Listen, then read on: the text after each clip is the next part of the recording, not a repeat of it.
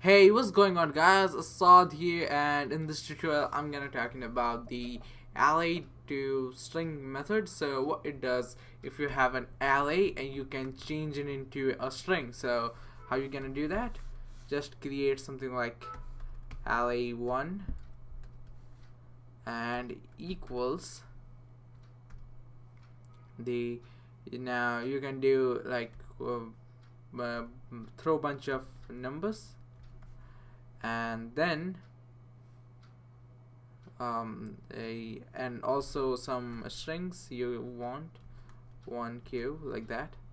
And now what I'm gonna do is log it on a console, array1 dot to string,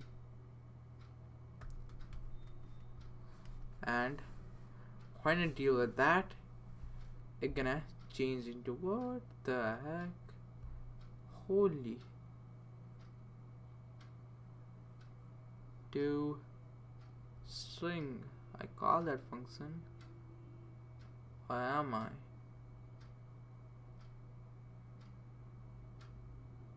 What the heck is, oh no, not again, a spelling mistakes, a silly spelling mistake, what the heck.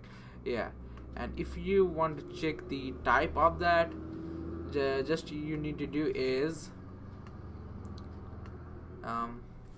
remove those and just make a variable var something like s. And now what I'm gonna do is I'm gonna check the type of s. So type of s, and as you can see, it's a string.